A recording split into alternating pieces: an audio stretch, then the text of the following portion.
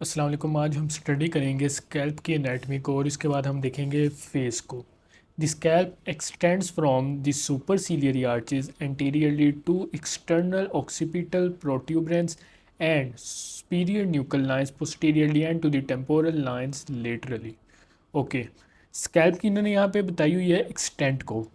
हमें पता है जो हमारी सुपरसिलियरी आर्चेस जो कि हमारे ऑर्बिट के superiorly मौजूद होती हैं, जहाँ पे जिस पॉइंट पे हमारी आईब्रोज होती हैं, तो वो ये कहना चाह रहे हैं कि स्कैल्प हमारी एंटीरियरली उन सुपरसीलियरी आर्चेस से स्टार्ट होगी, देन पोस्टीरियरली ये जाएगी जो हमारी ऑक्सीपिटल बोन पे, यहाँ पे एक्सटर्नल ऑक्सीपिटल प्रोट्यूबरेंस होती है, वहाँ तक आएगी।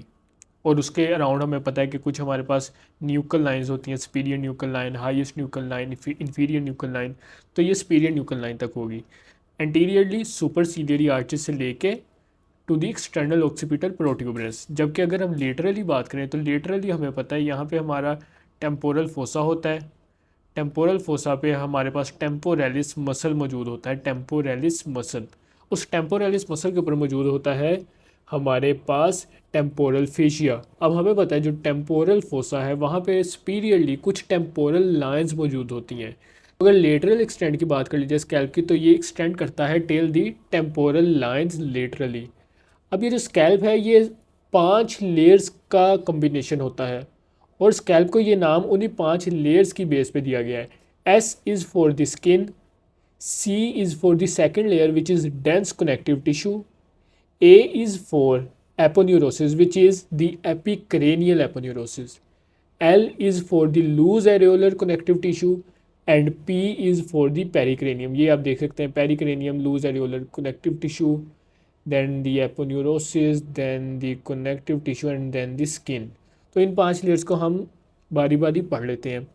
सबसे पहले वो ये कह रहा है स्किन के बारे में। Skin is thick, hair bearing and contains numerous sebaceous glands. Figure भी हम इसकी देख लेते हैं साथ।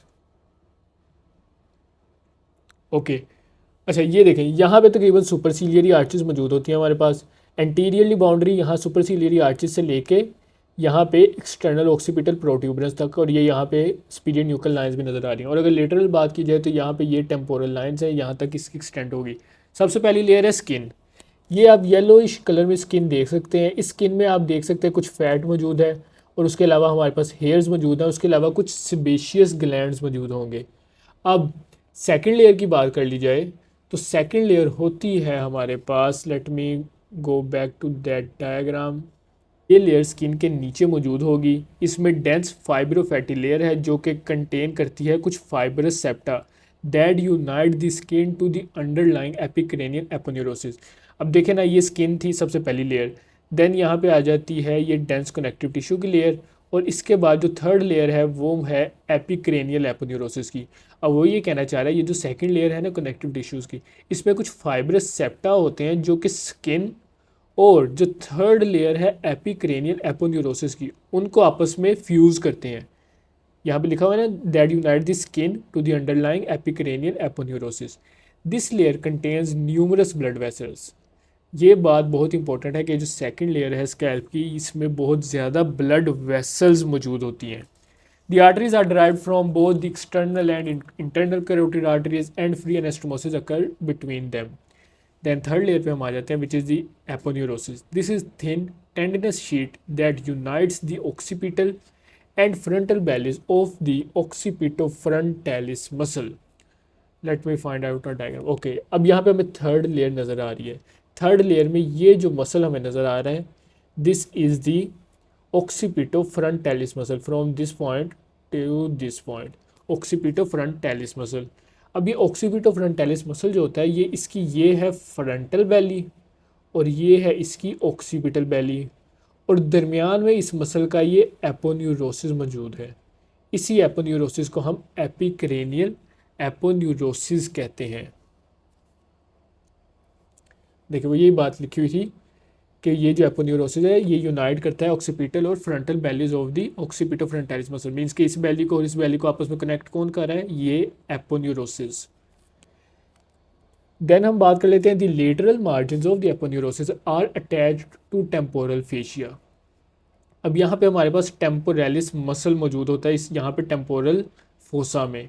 तो ये जो एपोन्यूरोसिस लेटरली जो अटैच होता है वो यहाँ पे जो टेम्पोरल फेशिया होता है जो कि टेम्पोरालिस मसल के ऊपर होता है, ये उसके साथ अटैच होगा। दोबारा मैं रिपीट कर देता हूँ, ये जो एपोन्यूरोसिस है ये लेटरली अटैच होता है टेम्पोरल फेशिया से, वो टेम्पोरल फेशिया जो कि टेम्पोरालिस मसल को कवर कर रहा होगा।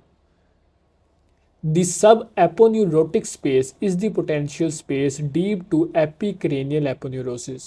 Means के subaponeurotic space means epicranial aponeurosis के deep जो space होगी।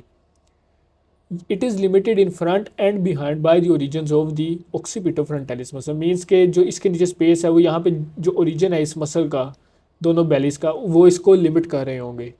Then it extends laterally as far as the attachment of the aponeurosis to the temporal fascia. Means कि जो अटैचमेंट्स थी हमारे एपोन्यूरोसिस की तकरीबन वही अटैचमेंट्स है इस सब एपोन्यूरोटिक स्पेस की। दैन हम बात कर लेते हैं loose areolar connective tissue. This occupies the sub aponeurotic space. Sub aponeurotic means aponeurosis से नीचे जो फोर्थ लेयर है, this is of the loose areolar connective tissue. This occupies the subaponeurotic space and loosely connects the epicranial aponeurosis to the periosteum of the skull, which is the pericranium. ये जिस तरह second layer में कुछ septa थे जो कि first और third layer को कनेक्ट कर रहे थे, इसी तरह फोर्थ लेयर भी जो है वो थर्ड और फिफ्थ लेयर को आपस में कनेक्ट कर रही होगी। लेकिन ये कनेक्शन थोड़ा लूज होता है। देन वो बात करता है this is the plane of movement of the scalp, that is when the scalp moves the first three layer slides along this layer relatively to the underlying periosteum. वो ये कहना चाह रहा है कि जो फर्स्ट थ्री लेयर्स है ना स्किन की, कनेक्टिव टिश्यू की एंड एपोन्यूरोसिस की, ये एक आपस में एडहेरेंट फिल्म लेयर्स की फॉर्म में एग्जिस्ट करता है, जिसको हम SCA भी नाम दे देते हैं फॉर आवर अंडरस्टैंडिंग। मीन्स इसको हम इसलिए कहते हैं क्योंकि जब हम अपनी स्कैल्प की लेयर को जब मूव करते हैं तो ये जो तीन लेयर्स हैं ये आपस में फिल्म होती हैं, इसीलिए ये मूव भी बिल्कुल एक साथ करती हैं। ऐसा नहीं हो सकता कि हमारी स्किन मूव करे लेकिन ये एपोन्यूरोसिस जो नीचे मौजूद है वो मूव ही ना करे। इसीलिए हम इन पहली तीन लेयर्स को स्कैल्प प्रॉपर का भी नाम देते हैं। स्कैल्प प्रॉपर का, स्कैल्प प्रॉपर क्या है? पहली तीन layers of the scalp. The areolar tissue contains few small arteries, but it also contains some important emissary veins. The emissary veins are valveless and connect the superficial vein of the scalp with the diploic veins of the skull bones and with the intercranial venous sinuses. ये missionary veins जो हैं मैं आपको इसकी भी diagram दिखा देता हूँ। ओके ये देखें, ये पहली लेयर थी स्किन की, देन ये कनेक्टिव टिश्यू की लेयर थी, इसमें से आप ये ग्रीन कलर के सेप्टास देख सकते हैं। देन ये थर्ड लेयर ये एपोन्यूरोसिस की है ग्रीन वाली। Then this is the loose areolar connective tissue, ये जो ब्लैक कलर में आपको नज़र आ रहा है। अब आप देख सकते हैं जो हमारे एपोन्यूरोसिस के ऊपर जो हमारी वेन्स थी हमारे सेकेंड लेयर में, और जो वेन्स हमारी डिप्लोइक वेन्स जो कि हमारी स्कल के अंदर मौजूद हैं, और जो हमारी इंटरक्रेनियल ये जो वेनस साइनसेस हैं, सुपीरियर सैजिटल साइनस जो यहाँ पे नज़र आ रही है, उन वेन्स को आपस में जो कनेक्ट कर रही है, this is the emissary vein. This is the emissary vein जो कि कनेक्ट कर रही है सेकंड लेयर की वेन्स को हमारी डिप्लोइक वेन्स के साथ और इंटरक्रेनियल वेनस साइनसेस के साथ। तो अगर कोई इन्फेक्शन होगा हमारी स्किन का तो उसको कौन सी वेन्स है या कौन सा स्ट्रक्चर है जो कि ट्रांसमिट कर सकता है to the deep layers of the skull and to the intercranium? तो वो लेयर है हमारी fourth layer which is the loose areolar layer, क्योंकि इसके अंदर इमिशरी वेन्स मौजूद होती हैं। इसीलिए हम इस फोर्थ लेयर को नाम दे देते हैं danger area of the scalp. क्या नाम देते हैं? Danger area of the scalp. Don't focus on my writing because I am unable to write it properly at the moment. तो ये मैंने आपको बता दिया कि फोर्थ लेयर को हम डेंजर एरिया भी कह देते हैं because it connects the veins from the second layer to the deep veins and it can be the cause of the spread of the infection from superior to the deep side of the skull। तो उम्मीद करता हूँ आपको ये बात जो है वो समझ आ गई होगी।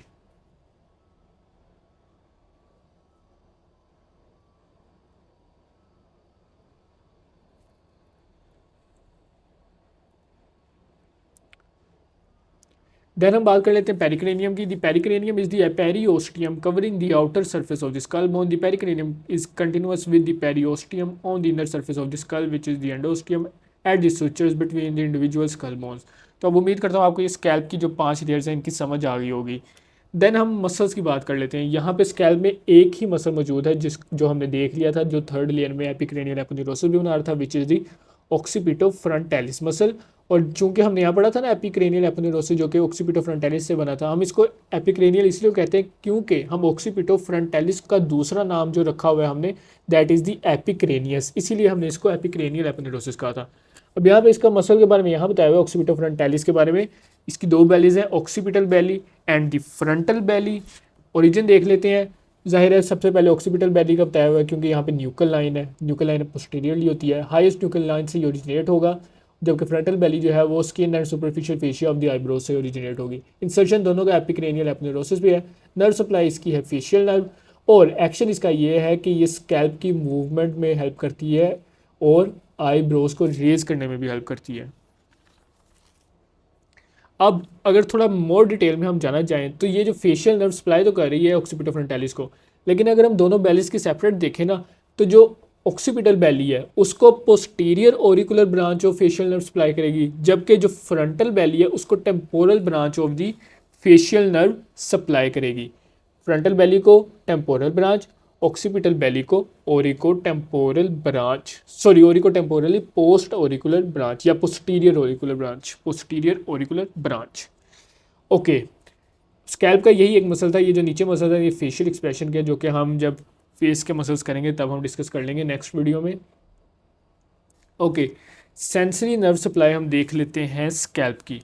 ये देखने के लिए आपको ये डायग्राम समझना ज़रूरी है। मैं इस डायग्राम को जूम कर लेता हूँ, लेट मी जूम इट। अच्छा, अब ये देखें, जो स्कैल्प की नर्व सप्लाई है ना, मेनली 2 टाइप की नर्व्स इसमें इन्वॉल्व होंगी। जो एंटीरियर, अगर हम इसको इस हिसाब में डिवाइड कर देना, तो एंटीरियरली जो ब्रांचेस हैं, these are the branches of the trigeminal nerve, जबकि जो पोस्टीरियरली नज़र आ रही हैं these are the cervical spinal nerves. अब हमने मिड लाइन्स में हमने स्कल को डिवाइड कर दिया है। अब हम मीडियल टू लेटरल हम देखेंगे कौन कौन सी नर्व्स आ रही हैं। सबसे पहले ये है सुप्राट्रोक्लियर नर्व। ये जो सुप्राट्रोक्लियर नर्व है ये ट्राइजेमिनल नर्व की ऑफ्थैल्मिक डिवीजन की ब्रांच है, ophthalmic division of the trigeminal nerve. Then हम देख लेते हैं सुप्रा ऑर्बिटल नर्व। ये जो सुप्रा ऑर्बिटल नर्व है ये भी ophthalmic division of the trigeminal nerve की ब्रांच है। अगर बात कर ली जाए ना, तो मेनली ट्राइजेमिनल नर्व की जो फ्रंटल ब्रांच होती है, ट्राइजेमिनल नर्व की ऑफ्थैल्मिक डिवीजन की जो फ्रंटल ब्रांच होती है, उससे ये दोनों ओरिजिनेट करती हैं। Then third one is the zygomatico temporal nerve. ये जो जाइगोमेटिको टेम्पोरल नर्व है ये मैक्सिलरी नर्व की ब्रांच है। जो मैक्सिलरी नर्व जो सेकंड डिवीजन होती है ट्राइजेमिनल नर्व की, ये मैक्सिलरी डिवीजन की ब्रांच है। इसको भी अगर हम मोर प्रिसाइजली कहें तो मैक्सिलरी नर्व से डिवीजन निकलती है जाइगोमेटिक नर्व। वो जाइगोमेटिक नर्व आगे 2 ब्रांचेस देती है, जाइगोमेटिको टेम्पोरल एंड जाइगोमेटिको फेशियल। तो ये जो नर्व है ये है जाइगोमेटिको टेम्पोरल। 3 नर्व्स हमने कर ली। चौथी जो नर्व आ गई है that is the auriculo temporal nerve. अब देखें, अब ये ट्राइजेमिनल की V1 डिवीजन से थी, ये V2 डिवीजन से थी, अब ये जो होगी ये होगी V3 डिवीजन से। मीन्स कि ये जो ओरिको टेम्पोरल नर्व है this is the branch of the mandibular division which is the V3 division of the trigeminal nerve. तो एंटीरियरली हमने तीनों या चारों नर्व्स कर ली। अब हम करते हैं पोस्टीरियर की बात। ये है हमारे पास लेसर ऑक्सीपिटल नर्व। इसकी रूट वैल्यू होती है हमारे पास C2। और मोर पोस्टीरियरली अगर हम देखें तो there is the greater occipital nerve. इसकी रूट वैल्यू की बात कर लें तो ये भी होती है C2। ये सारी जो नर्व्स हैं ये सर्वाइकल स्पाइनल नर्व्स हैं जो कि पोस्टीरियरली सप्लाई कर रही हैं। अब 2 मज़ीद नर्व्स होती हैं हमारे पास। ये जो लेसर ऑक्सीपिटल है इसके भी थोड़ा सा इंटीरियरली एक नर्व होती है जिसको हम नाम देते हैं ग्रेट ओरिकुलर नर्व। ग्रेट ओरिकुलर, ये वही ग्रेट ओरिकुलर नर्व है जो कि एंगल ऑफ द मैंडिबल को भी सप्लाई करती है। और ये जो ग्रेटर ऑक्सीपिटल नर्व है इसके भी पोस्टीरियरली एक नर्व होती है जिसको हम कहते हैं third occipital nerve. Third occipital nerve. तो पीछे भी हमने 4 नर्व्स देखने, आगे भी 4। अब मैं इसको आपको यहाँ पे भी दिखा देता हूँ थ्योरी के अंदर आपको, ताकि मज़ीद क्लियर हो जाए।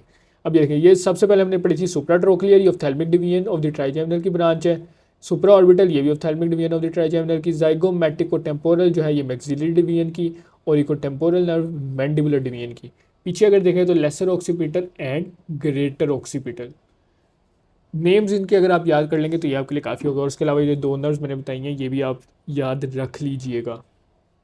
ओके, नेक्स्ट हम देख लेते हैं arterial supply of the scalp. इसमें भी हम जाएंगे मीडियल टू लेटरल। सबसे पहले है सुप्राट्रोक्लियर एंड सुपरा ऑर्बिटल आर्टरीज। जिस तरह नर्व्स थी ये उसी नेम की आर्टरीज है। ये ब्रांचेज हैं ऑफ्थेल्मिक आर्टरी की। सुप्राट्रोक्लियर, सुपरा ऑर्बिटल ब्रांचेज होती हैं ये दोनों ऑफ्थेल्मिक आर्टरी की। और अगर ऑफ्थेल्मिक आर्टरी की बात कर लीजिए तो ऑफ्थेल्मिक आर्टरी इंटरनल कैरोटिड की ब्रांच है। देन द सुपरफिशियल टेम्पोरल, ये जो सुपरफिशियल टेम्पोरल है ये ब्रांच होती है एक्सटर्नल कैरोटिड आर्टरी की। Superficial temporal artery. अब ईयर के पीछे आ जाते हैं तो यहाँ पे है posterior auricular. This is the posterior auricular artery. This is also the branch of external carotid artery. And on the last is the occipital artery which is also the branch of external carotid artery। इसके भी आप names कर लेंगे, काफ़ी है। Supratrochlear, supra orbital, superficial temporal, posterior auricular, occipital artery. ये supratrochlear supra orbital थी ये ऑफ्थेल्मिक की थी ब्रांचेस, जो कि आगे इंटरनल कैरोटिड की थी। बाकी जो तीनों है ये हैं एक्सटर्नल कैरोटिड की। वीनस ड्रेनेज की बात कर लेते हैं हम। अब आप ये देखें, यहाँ पे हमारे पास होती है सुप्राट्रोक्लियर, ये वही उसी नेम्स की वेन्स होंगी। ये है सुप्राट्रोक्लियर, ये है सुप्रा ऑर्बिटल। ये दोनों ने मिल के बना दी हमारे पास फेशियल वेन। यहाँ पे लिखा होगा supratrochlear and supraorbital unite at the medial margin of the orbit to form facial vein. Then हमारे पास आती थी सुपरफिशियल टेम्पोरल वेन। यहाँ पे ये है हमारे पास सुपरफिशियल टेम्पोरल वेन। ये यहाँ पे मिल जाती है हमारी मैक्सिलरी वेन के साथ। जब ये सुपरफिशियल टेम्पोरल वेन और मैक्सिलरी वेन आपस में मिल जाती हैं तो ये दोनों मिल के बना देती हैं रेट्रोमैंडिबुलर वेन या रिट्रोमैंडिबुलर वेन। ये देखिए यहाँ पे लिखा हुआ है सुपरफिशियल टेम्पोरल और मैक्सिलरी वेन मिलेगी और बना देगी रिट्रोमैंडिबुलर वेन। देन अब ये आप यहाँ पे देखें तो ये रिट्रोमैंडिबुलर वेन एक एंटीरियर और एक पोस्टीरियर डिवीजन में डिवाइड होगी। इंटीरियर डिवीजन इस फेशियल नर्व कह दिया मैंने, ये फेशियल वेन के साथ मिलेगी और ड्रेन कर जाएगी इन दी इंटरनल जुगुलर वेन। ये हमने पढ़ ली। अब हम ईयर के पीछे चले जाते हैं। ईयर के पीछे हमारे पास जो सबसे पहली वेन है that is the posterior auricular when. ये जो पोस्टीरियर ऑरिकुलर वेन है ये जाके ड्रेन कर जाती है posterior division of the retromandibular vein, और फिर ये जाके ड्रेन कर जाएगी ultimately in the external jugular vein. Posterior division of the retromandibular के साथ मिली और एक्सटर्नल कैरोटिड में ड्रेन कर गई। लास्ट में जो रहेगी वो हमारे पास होगी ऑक्सीपिटल वेन। ये ड्रेन करती है सब ऑक्सीपिटल वीनस प्लेक्सस से। प्लेक्सस में ये ड्रेन करेगी सब ऑक्सीपिटल वीनस प्लेक्सस में। अब ये जो एक्सटर्नल जुगुलर वेन है ना ये अल्टीमेटली ड्रेन कर जाती है हमारे पास सब क्लेवियन वेन में। तो अगर आप ये डायग्राम को अच्छी तरीके से समझ लेंगे तो आपकी ये अच्छे से वेनस ड्रेनेज भी हो जाएगी। Then lymph drainage, lymph vessels in the anterior part of the scalp and forehead drain in the submandibular lymph nodes। Lateral part की बात कर ली जाए तो सुपरफिशियल पेरोटिड जिसको हम प्री ऑरिकुलर नोड्स भी कहते हैं। अब बिहाइंड द ईयर की बात कर ली जाए तो मेस्टॉइड नोड्स जिनको हम पोस्ट ऑरिकुलर भी कहते हैं, और लास्ट में जो सबसे बैक पे होगा एरिया वो ड्रेन करेगा इन दी ऑक्सीपिटल लिम्फ नोड्स। देखें ये इन्होंने ड्रेन कर लिया हमारे पास सब मैंडिबुलर लिम्फ नोड्स में। देन यहाँ लेटरल साइड पे हमारे पास पेरोटिड या प्री ऑरिकुलर, ईयर के पीछे गए तो मेस्टॉइड या रिट्रो ऑरिकुलर या इसी का नाम होता है हमारे पास पोस्ट ऑरिकुलर, और सबसे पीछे हमारे पास ऑक्सीपिटल लिम्फ नोड्स थे। ये ऑक्सीपिटल अल्टीमेटली चले गए सुपरफिशियल सर्वाइकल में। देन इसी तरह ये लिम्फ ड्रेनेज चलता रहेगा। तो उम्मीद करता हूँ आपको जो स्कैल्प की एनाटमी है वो समझ आ गई होगी। मुझे इजाज़त दीजिए, अल्लाह हाफिज़।